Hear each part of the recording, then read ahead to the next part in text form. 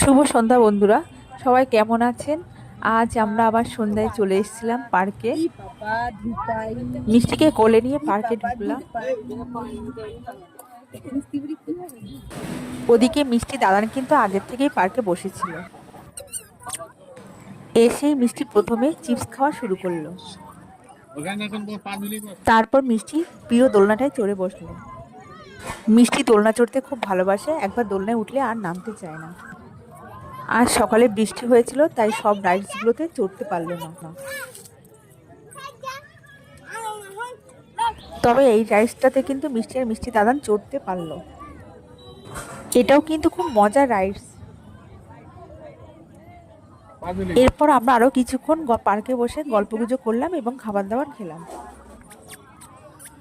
মিষ্টি বাড়ি যেতে চাইছিল না, তবু বাড়ির দিকে রওনা হতে হলো।